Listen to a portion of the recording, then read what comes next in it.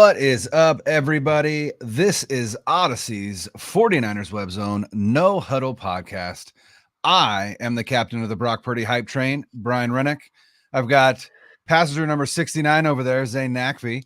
Zain, it's a big game this weekend, man. I don't know about you, but this week has just dragged on as I eagerly await this matchup, that 90's show matchup between the Dallas Cowboys and the San Francisco 49ers.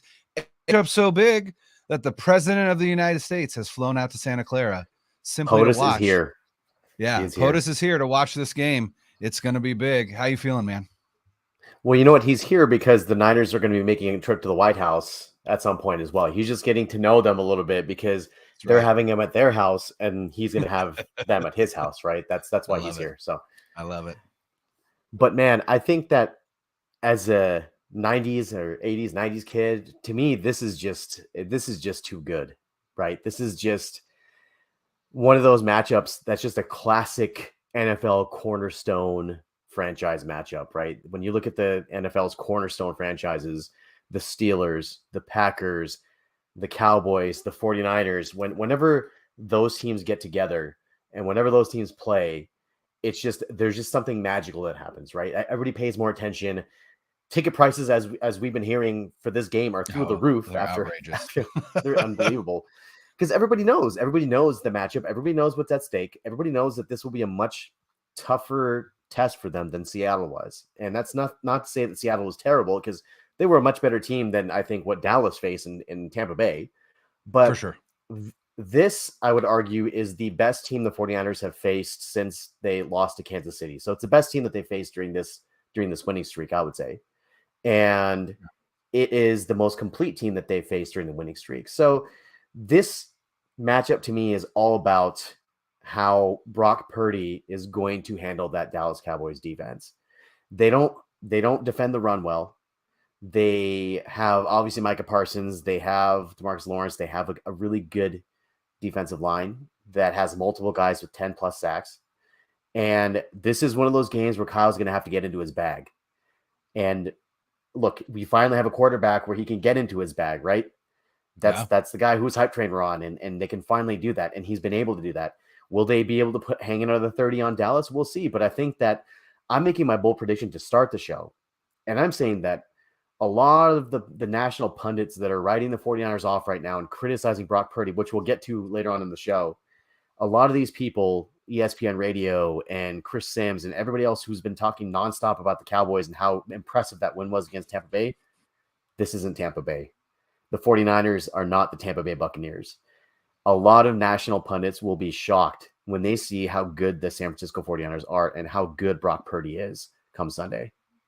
Well, it cracks me up because, you look at what these Dallas fans are saying about this victory over Tampa Bay, or even the analysts, and you would think that Tampa Bay was a 13-4 juggernaut who, Dallas went in and slayed this dragon.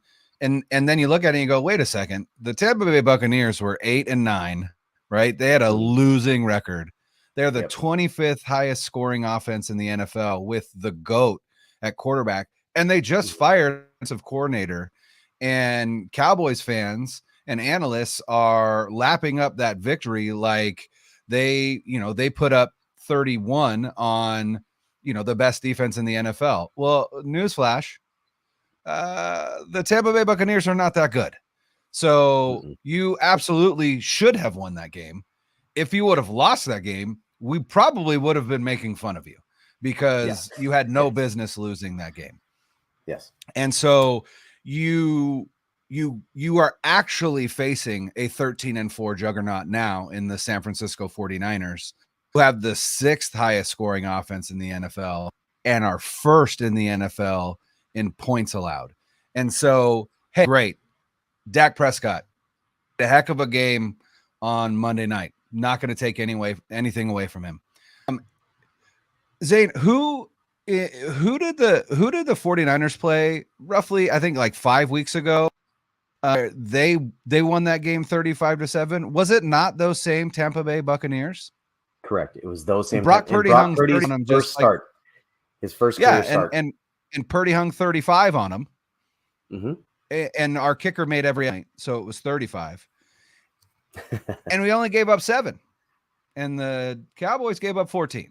So common opponent, 49ers had a much more impressive victory. Was it in the playoffs? No, I get that. But what was it? It was Brock Purdy's first career start. So again, this confidence that the Cowboys fans have seems to be a little misplaced in my opinion. And that's not to say that the 49ers played a superior opponent. I would say they're relatively even though the Seahawks had a winning record. The talent disparity was there, just like Dallas and Tampa Bay. So I'm not giving Dallas credit for winning that game because they should have. So now you come to a game with a team that is significantly better than the team you just beat. And so I'm not sure that confidence is as high as, or is I'm certain that confidence is higher than it should be.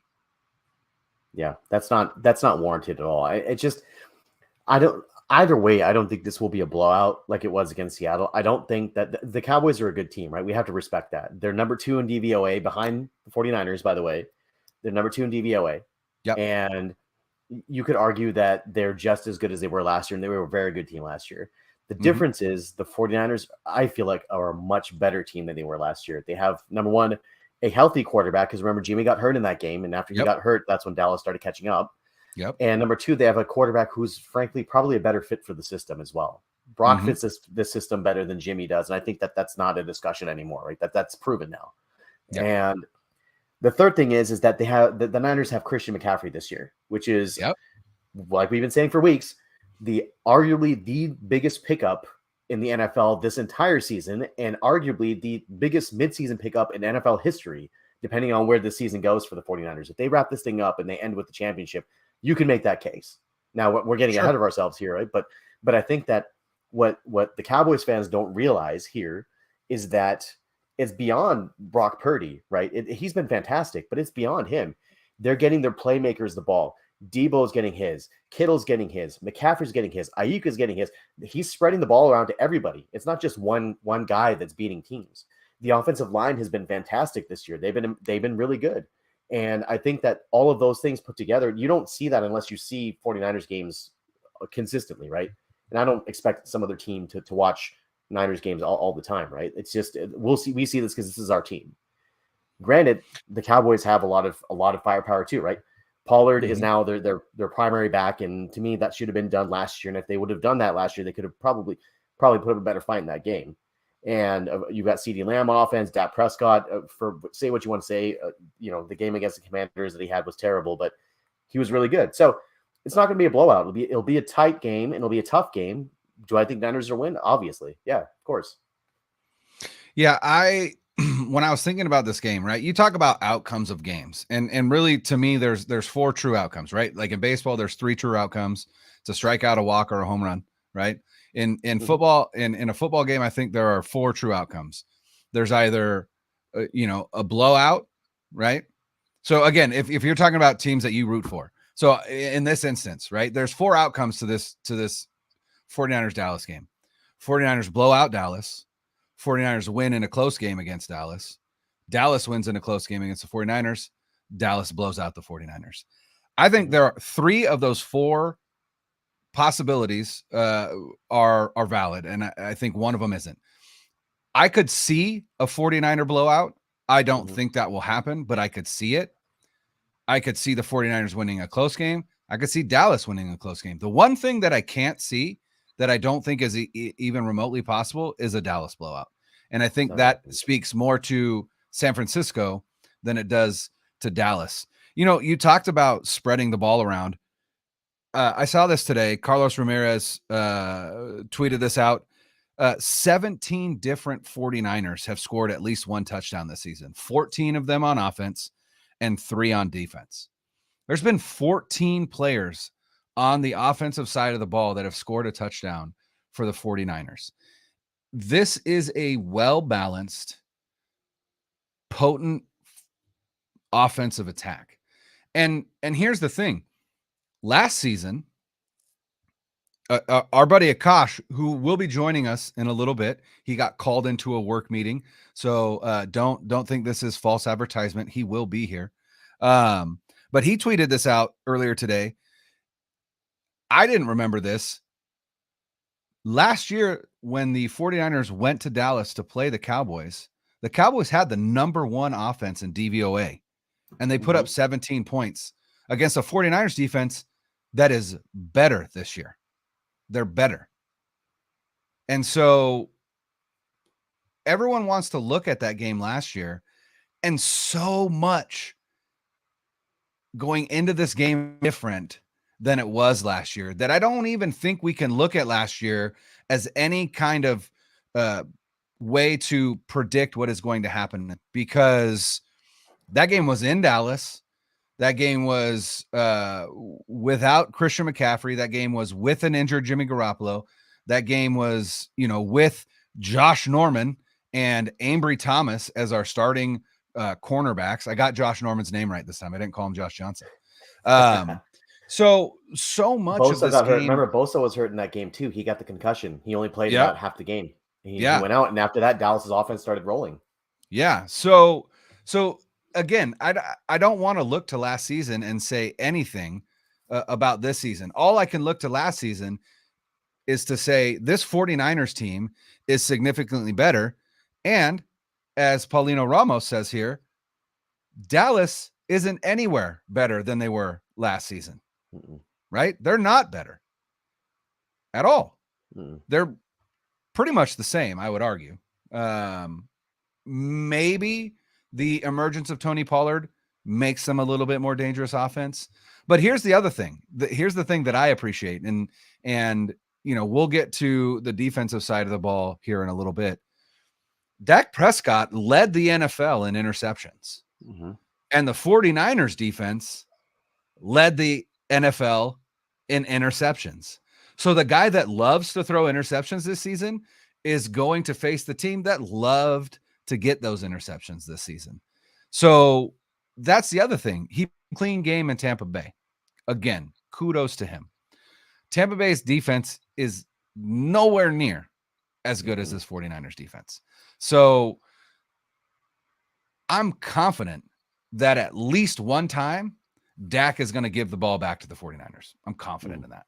I don't feel like that is a wild prediction. But other things that you wanted to talk about. So let's look at this. Let's look at this game.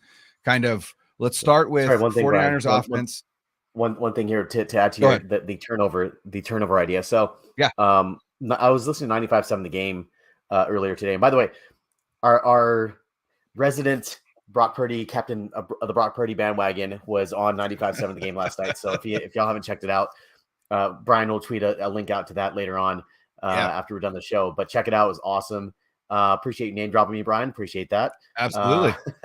And I was listening to them today, and they mentioned a stat where the 49ers, when they are either even or they are winning the turnover margin this year, they are 14-0. 14-0 this year when they're either even or are winning the turnover battle. When they're losing the turnover battle, they're 0-4. Mind you, all four of those losses came with Jimmy Garoppolo or Trey Lance as starter, right? Correct. So that may not be as relevant to Brock Purdy. But that being said, the old adage in the NFL, if you win the turnover battle, you will probably win the game, unless you are the LA Chargers who won the turnover battle 5-0. Oh my goodness. Oh my. So if they'll have their chances against Dak Prescott, I agree. They'll have their chances you just got to catch it. And I'm okay with the close game. They've proven they can win close games. What I don't want is for the 49ers to get down big early and have to play catch up, right? We know that they can. They did it against the Raiders, but obviously the Cowboys are a much, much better team than the Raiders are, right? So keep it close and don't make any stupid mistakes. Brock's been pretty good with the ball. He had a couple of moments last week where he almost gave it away. It's not a big deal, even if he throws one.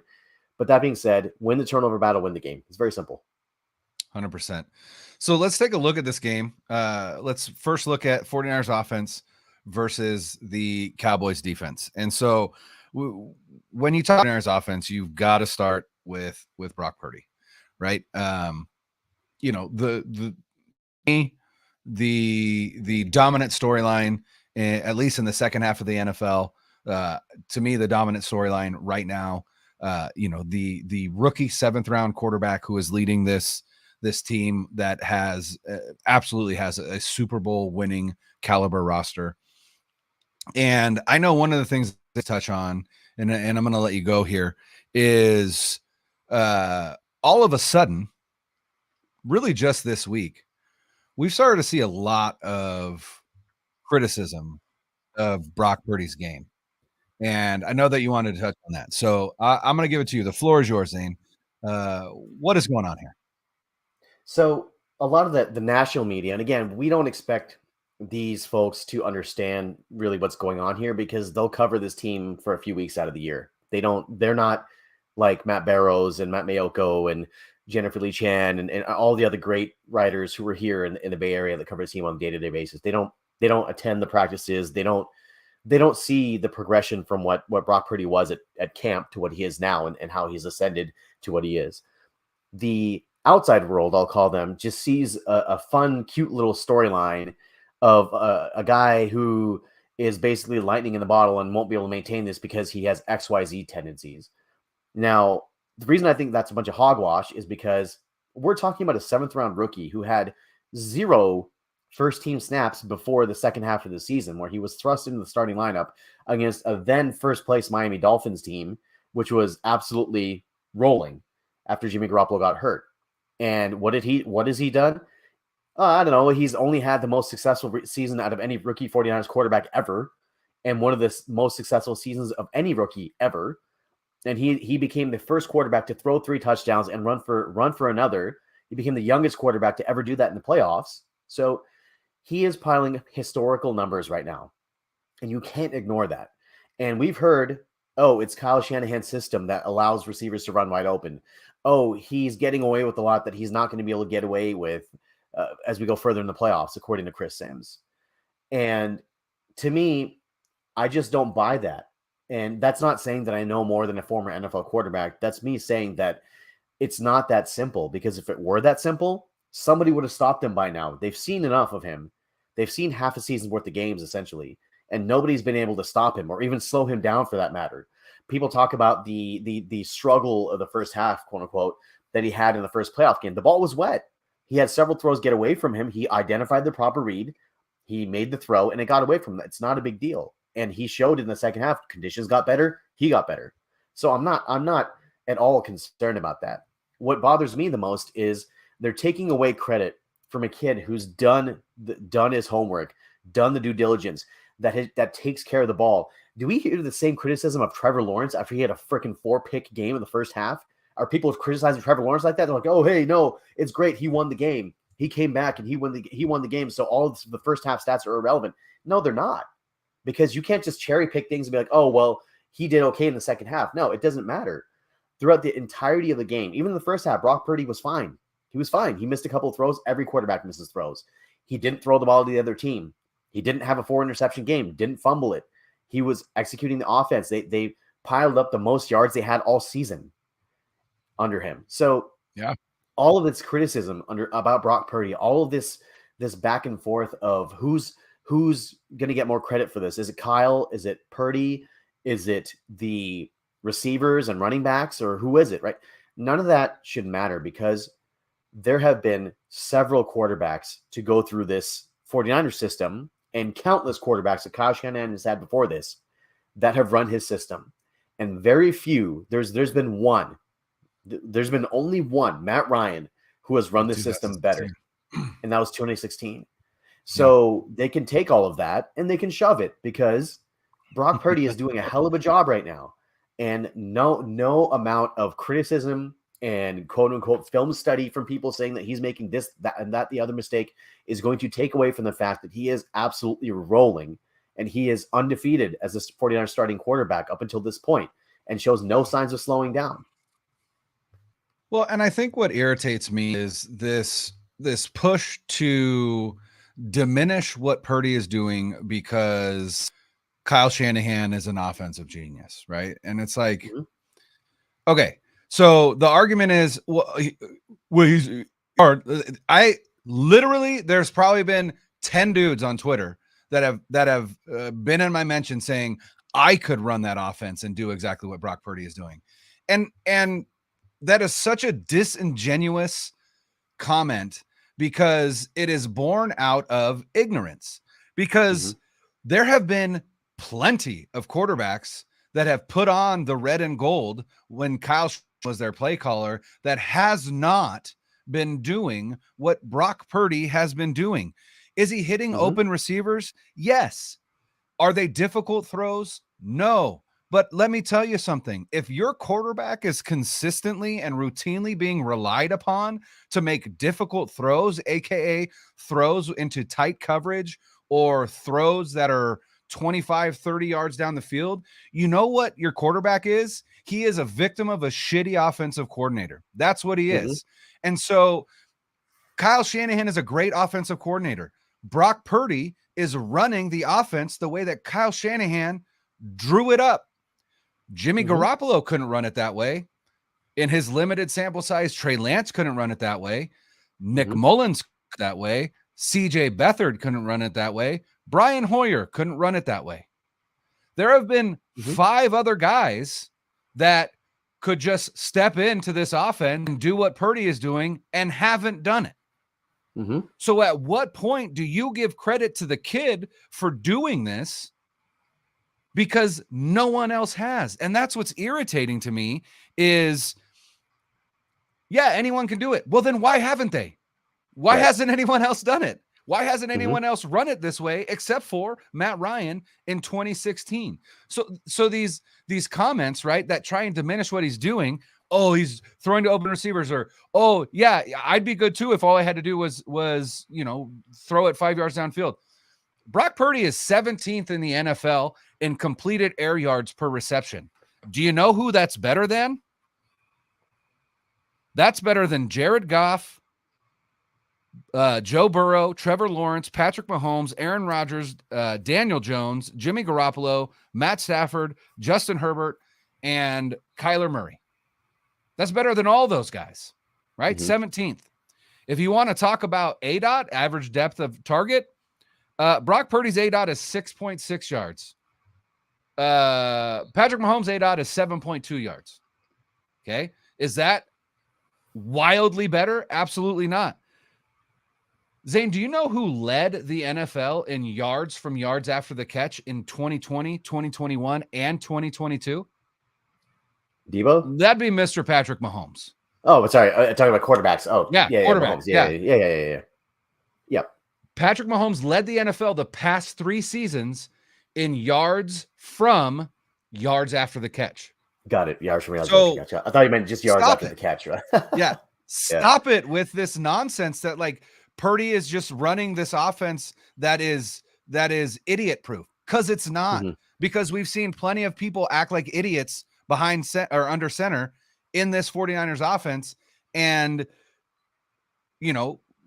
get us nowhere. Right. And so, I mean, eventually you've got to give the kid his flowers, because he's doing something that no one else that has strapped that helmet on for the 49ers has done. And you want to talk about Jimmy Garoppolo, once he had Christian McCaffrey, right? This offense was scoring 26 points a game. With Brock Purdy, if you include that Seattle game, this is scoring 34.5 points per game, 8.5 points more. That is not an accident. That is not a fluke.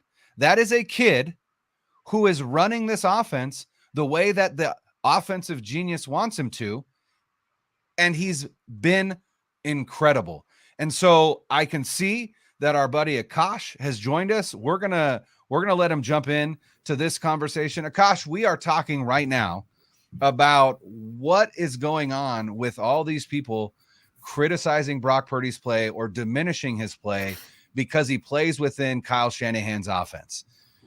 What is your take on what Purdy has done and whether or not it is quote unquote impressive, if you will?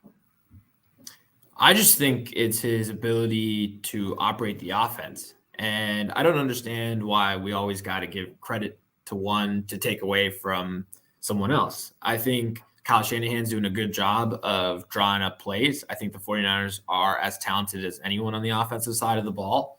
And Brock Purdy is finding the right players to hit at the right time. And ultimately, he's playing point guard. He's doing what he's asked to as well as he is, and he's creating out of structure. So I think you can kind of spread the credit around, and it doesn't need to be all at one on one player. And I think his draft status is probably skewing people's perception of what he's been doing.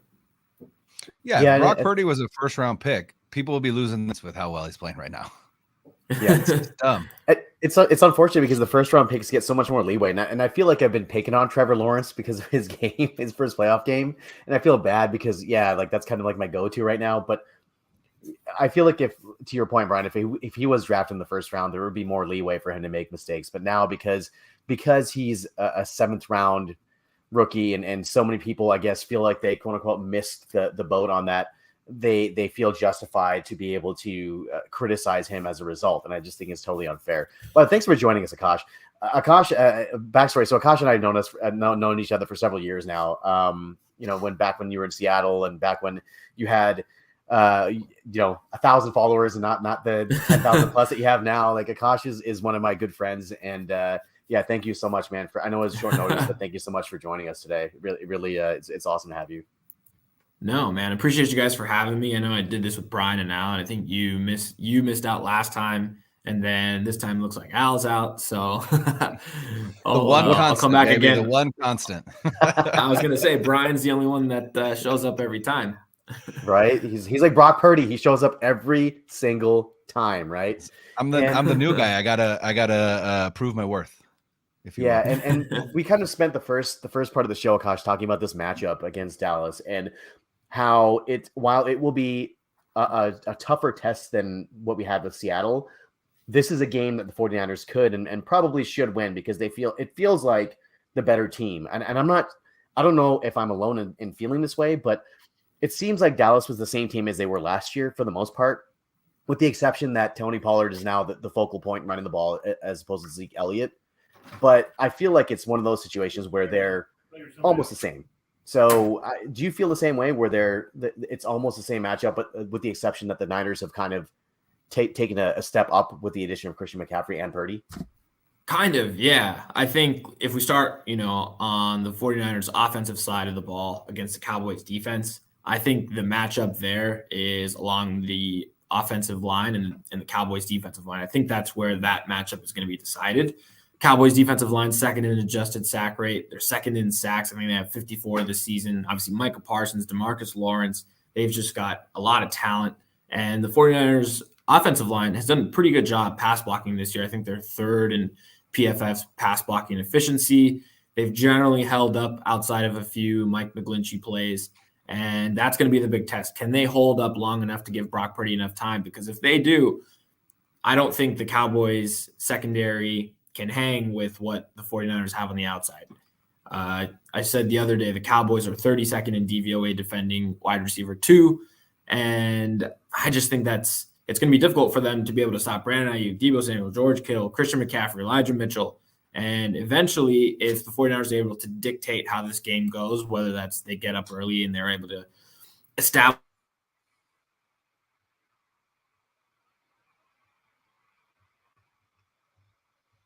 Oh, did I freeze? I think we lost Akash. So okay.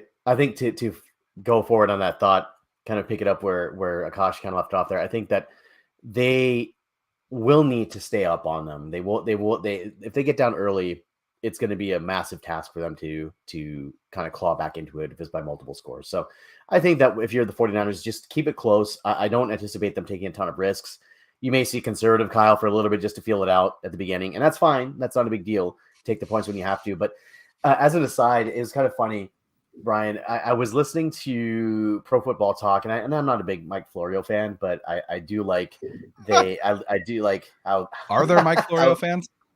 I don't know. I don't know if they're my Florida fans, but I was listening to Peter King's interview, and you know what Peter King said about the Cowboys' chances? He said that the playing surface is going to be the advantage that Dallas needs to win the game, saying that, the playing surface is better for Tony Pollard, so Dallas has the advantage there. What? Like, what are you talking about? I respect Peter King a lot, right? He's been in the game a long time, but what are you talking about? That's funny because somebody tweeted out today, it might have been Mayoko, that including Monday night, the Cowboys are 2-4 on grass this year, and they are 13 or no 11 and 11 and 11 yeah, or whatever. I can't. Were they 12-5 this year? Anyway, regardless, yeah. So that's a weird thing for Peter King to say because that's literally not factual whatsoever. No. Interesting. Sorry, Akash. Interesting. You dropped in the middle of it. We just went on a tangent here, but yeah, you were talking about how the Niners, if they get down early, then they may be in a little bit of trouble. So. Yeah, I was going to say apologies for the McDonald's Wi-Fi here at work. Usually isn't the case, but that's been the case. But no, I was just saying I think the 49ers just have a lot more firepower on offense this season compared to last year. And I think Cowboys defensively, it starts up front with that pass rush just like it did last season. And if the 49ers offensive line can find a way to neutralize that, then I think, everything rolls from there. I think the 49ers offense, they've had 37 in 4 straight games. They've averaged, I think, like over 30 points since Christian McCaffrey's arrived. I think they're going to be hard to stop for any opponent. So I don't expect them to I don't expect Dallas to have much success on that side of the ball. I do think if we flip it over to the Dallas offense versus the 49ers defense, there are some matchup advantages there. I think the 49ers have had a leaky run defense here, right? They gave up a ton, not a lot of yards, but a lot of yards per carry to Josh Jacobs, obviously Kenneth Walker last week in the first half. And I think Tony Pollard, same thing. He's averaging over 5 yards per carry. He's had a ton of explosive runs. He's a home run hitter. And I think the emphasis is going to be able to stop Tony Pollard and force Dak Prescott to throw the ball. And it's going to start with that. And I think Dak obviously is coming off of a solid game last week. It's probably as well as he's ever played this season, I think. And so the question becomes, is that, have they turned a corner, or is that just Dak playing, a bad Tampa Bay Bucs defense who just looked like they were ready to go to Cancun? So we'll find out. I think the 49ers defense has been more opportunistic as of late. I don't think they've been as shut down over the last maybe month or so. It's been more of they've given up points, they've given up yards, but they've found ways to come up with key stops and key turnovers. That's going to be the case again. Obviously, Prescott leads the league in interceptions. Niners defense leads the league in interceptions. I think a key turnover here or there could be just the difference in this game. On both sides. But just like you started off the question, I think these two teams are very similar to where they were last year. I think the 49ers are healthier, obviously a little bit more explosive on offense now, but similar matchup, just kind of the reverse at Levi's. Before we look at that 49ers defense versus Dallas offense, the one thing I did want to say, throw out a prediction. I already threw it out on Twitter here. Last matchup, Brandon put in a blender multiple times, and I fully expect that to happen again. So just like last year, Ayuk will put Diggs in a blender, but unlike last year, his quarterback is actually going to find him at least once when he does that. And that's not me throwing shade. I'm simply saying that there was at least one time where if Jimmy Garoppolo would have just thrown the ball to Brandon Ayuk, they'd have gone up 30-7 at that point, and that game would have been over. So I think that's going to happen again. I think Ayuk is going to have a big game, like you said, Akash. Dallas struggles defending wide receiver 2, and I mean technically that is Brandon Ayuk on this team, unless they're in 21 personnel with Debo in the backfield, at which point Ayuk becomes wide receiver 1. But let's go ahead with our time left. Let's look at the defensive side of the ball, and I will say that I agree with you, Akash. The run defense lately hasn't been as stout as it was earlier in the season, and so I think one of the players that needs to step up and have a good game on Sunday is Javon Kinlaw. So I'm hoping to see a little bit more out of him, because since he's been back, he's kind of been really, I don't want to say non-existent, but he hasn't made an impact, much of an impact. And so stopping the run is huge. Excuse me. I saw this the other day. Aaron Schatz of Football Outsiders tweeted this out. The 49ers defensive rank in DVOA by down and play. If it's first and a pass, they're first defending that. First down run, they're second. Second down pass, they're fourth. Second down run, they're third. Third down run, they're first. Third down pass, they are the 23rd ranked defense in DVOA against third down passing. I think that is, to me, the biggest concern. And it's been a concern all season. And anecdotally, it kind of felt that way, right? Like when you're watching the games, you're like, man, it really seems like they're giving up some big plays on third down. And then obviously the numbers bear that out. And so, Akash, I'm going to ask you, what do you think is kind of the root of that problem? And is that something that you think they can kind of either fix or overcome for this game and then hopefully moving forward? It's weird because they're talked about as kind of the number one defense, and rightfully so. Most advanced metrics kind of have them at the top. But even then, they do have some fatal weaknesses, one of them being just defending third down passes and even just passes beyond 16 air yards. They just struggle to cover receivers down the field. And as of late, it feels like they've been taken advantage by some of these high-end wide receivers, whether that's Devontae Adams a few weeks ago, whether that was DK Metcalf last week. Again, they have CeeDee Lamb coming up on Sunday. And it's just, Mooney Ward has been an excellent signing. He's an upgrade over anything that the 49ers have had at corner since Richard Sherman. But I don't know if he's been truly elite lockdown, on the elite all-pro level type corner, right? He's been beat a couple times. And then on the other side, Diamador Lenore, same thing. It seems like he's always kind of in position, but he's given up a lot of plays at the catch point. He played well last week, but kind of going into that game, he had a lot of pressure on him. And then Talanoa Hufanga as well, right? He's been responsible for a few coverage busts. And I just think their secondary is a little bit more opportunistic than they are sound down in, down out. Like this year, I think they're more liable to get they're more prone to get turnovers and interceptions compared to last year's defense. But I'd say last year's secondary is probably more fundamentally sound. So they weren't giving up as many of these big plays on third down. And I think ultimately that's what it comes down to. I don't know if it's a fixable problem. I think it's more, can they find a way to work around it? Because ultimately it's been something that's happened kind of all season long. They've given up these back-breaking third and longs. And I don't know if there's necessarily a magic fix at this point in the season. Yeah, and you bring up a good point. Like, it's just you can't fix things like that this late in the season. You just hope. You hope that your team can defend in that situation. Right. And I think that a lot of it's predicated by the pass rush. And if Dak Prescott has a clean pocket, he's going to pick them apart. And that's true for most NFL quarterbacks that are at Dak Prescott's level. Like, he's not a bum. And despite the criticism that he takes, he's absolutely, in my opinion, a top 10 quarterback. And when you give him time, he will pick you apart. And my hope is that he gets the ball out of his hands so quickly that those third and longs don't matter. That he's so concerned with the rush, and McCarthy's so concerned with the rush getting there, that they just want the ball out of his hands, irrespective of what the down and distance is. And at that point, the 49ers are one of the best tackling teams, if not the best tackling teams in the NFL. Mooney Ward is the best tackling corner in the NFL statistically. So that plays into their advantage. And at some point, one of those balls will be tipped. They'll jump a route. Anything can happen at that point. And I think that's what they're hoping for.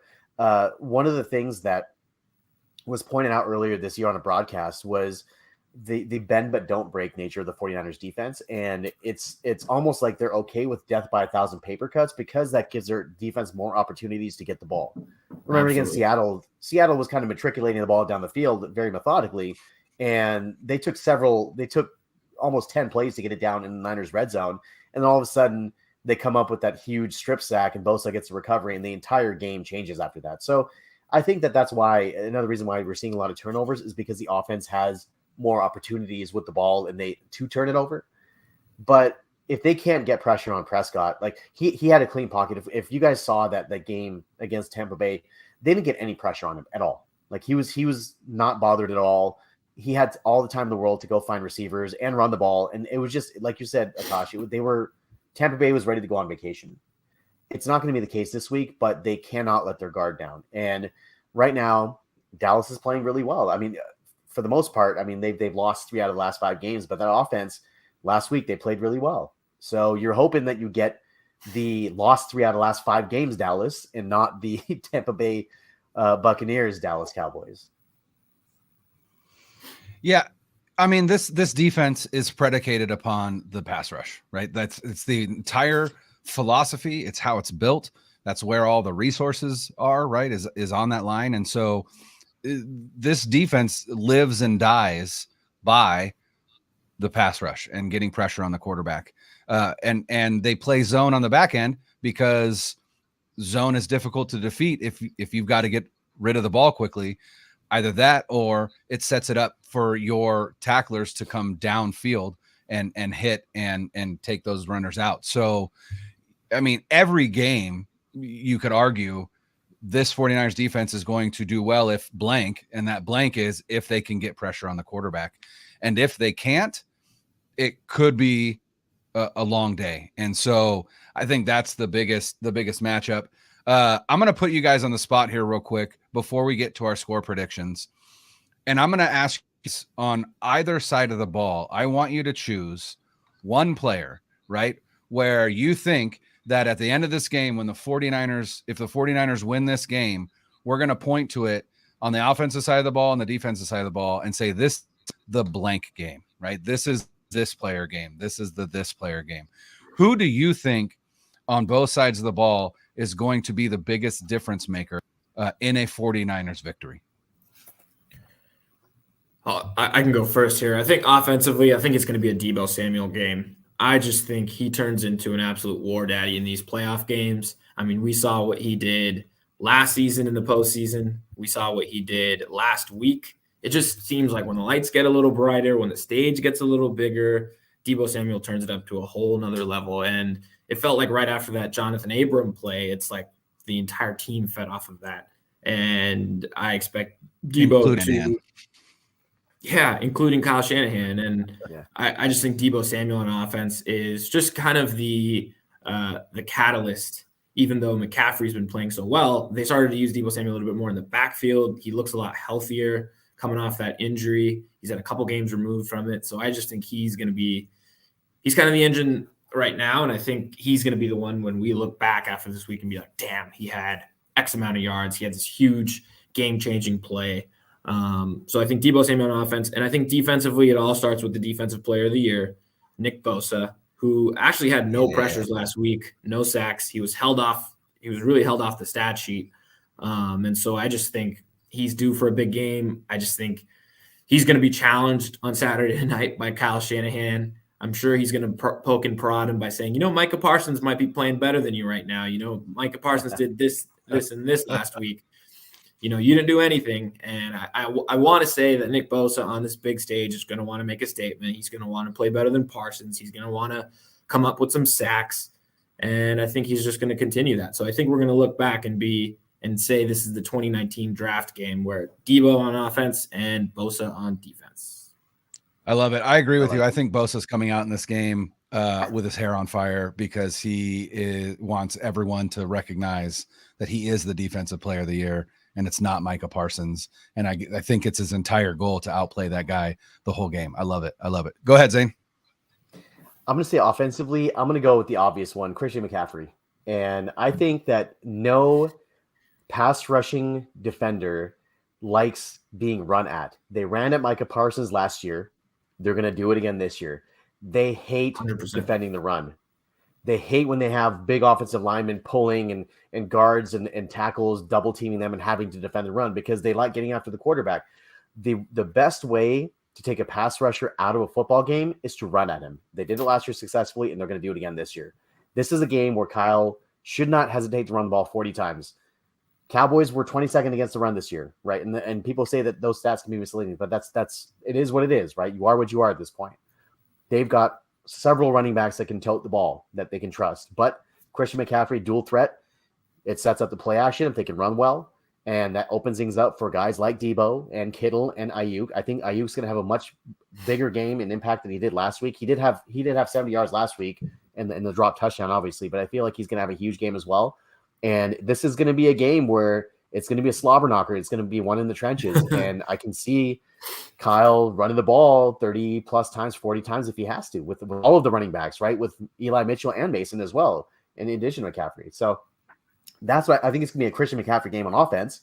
And on defense, man, this guy's always around the ball. And when you're talking turnovers, you're talking Dre Greenlaw and forcing turnovers, recovering fumbles, just all over the place, just a heat-seeking missile. And I think that this will be a Dre Greenlaw game because he will be able to get his hands on a couple Dak Prescott passes. He's going to be getting rid of the ball quick, and that means that he's not going to be throwing it to the third level where the safeties are and where the corners are covering, and probably over the middle of the field. And I feel like Dre Greenlaw is going to come up with a couple of turnovers. Nice. Offensively, Go ahead, I was going to say, I think sometimes when in these playoff games, I think Kyle Shanahan likes to establish the physicality and just a matter of toughness. And we're about to find out how tough this Cowboys team is. They talk tough, but I know that the Niners are tough. When these games get to January and February, I know they want to just run the ball down your throat. And there's no better way to test Micah Parsons and that defensive line. You just run right at him and see if they can stop it. And I think you're on to something there when you say that they're going to run right at 11. Yep. Yeah, I like it. When I thought of this question, I did have two players in mind.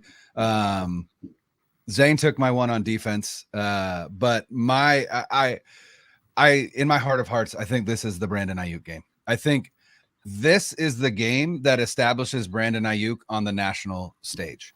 I think he's one of the better wide receivers in the NFL. I think he's one of the best route runners in the NFL. Somebody tweeted out earlier today asking, who would you, if you were a cornerback, who would you rather cover, or Deebo Samuel?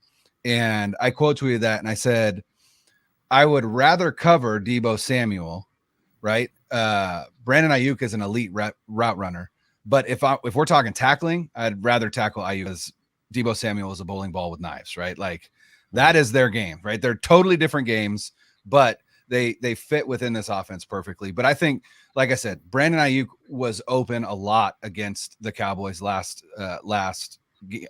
year in that playoff game, and I think he will get open a lot again this game.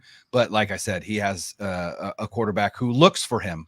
Not only will he look for Brandon Ayuk as well. So I think this is the Brandon Ayuk game. I see someone in the chat, don't forget George. No one forgets George. George is George. George will always have an impact on the game, whether it be catching touchdowns or whether it be planting dudes in the dirt in the run game. George will have a game. And then on the defensive side, Akash took someone on the defensive line. Zain, you took someone in the linebacking core. So I'm going to go at the third level, and I'm going to say this is a Talanoa Hufanga game. I think Hufanga gets a turnover in this game, whether that be a forced fumble or whether that be an interception. I think if they have him a little bit in that robber role, I think that he could bait Dak into at least one interception. Dak loves to throw interceptions. Jack Hammer tweeted out. Jack Hammer covers the 49ers for the Santa Rosa Press Democrat. He tweeted out today, Dak Prescott has not gone back-to-back games without an interception this entire season. He did not throw one in Tampa Bay, so he is due. And I'm going to say that Talanoa Hufanga is at least one of those players that gets one. And so, again, on offense, we're going to say this is the Brandon Ayuk game. And on defense, we're going to say this is Talanoa Hufanga game. Before we get on out of here, we need our score predictions. Zain, I'm going to give you the floor first. Who wins? What's the score? Niners win, and it's going to be close. It's going to be 31-27. The Niners are going to win. And I will be doing the intro to the next podcast next week because it'll be a big podcast. I fully plan on it. I will be doing it. Gosh, how about you? I think it's going to be a high-scoring shootout as well. I think both of these offenses are going to be able to move the ball down the field. I think it's going to be a back-and-forth game. I think there's going to be a turnover or two that will determine who wins this, and I think Dak Prescott is more liable to turn the ball over than Brock Purdy is. And I think this 49ers defense, which leads the NFL in takeaways, is just going to come up with a game-changing play at home at Levi Stadium that makes a difference in this game. I think the 49ers win 34-28, finish off the Cowboys 2 years in a row, and we'll move on to the NFC title game. I love it. I was on, as Zain said earlier, I was on 95.7 the game last night.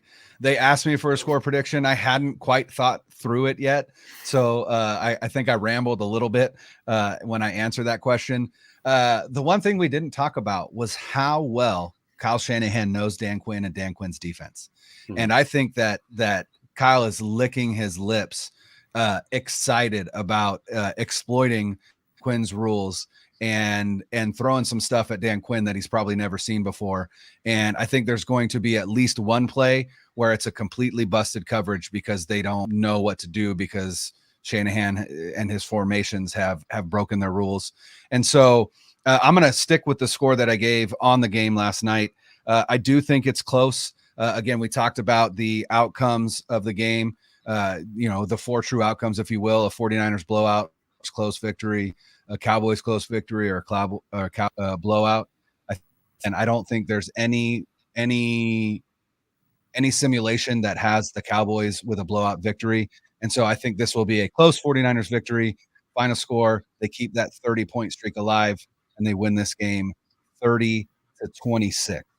So, Akash, before we get on out of here, why don't you tell everybody where they can find you, where they can read your stuff, and where they can hear you talking more 49ers football? Once again, appreciate you guys for having me. You can always check out my stuff at ninersnation.com or at Twitter at AKASHANAV. Again, appreciate you guys, and we'll see what happens. Awesome. Thanks, brother. Zain, why don't you lead us on out of here? All right. So, again, thank you very much to Akash and Anavarathan for joining us again. For Brian Reddick and Akash, this is Zain Nakvi on the Odyssey Network with another episode of the 49ers Web Zone No Huddle podcast. Peace. Go Niners.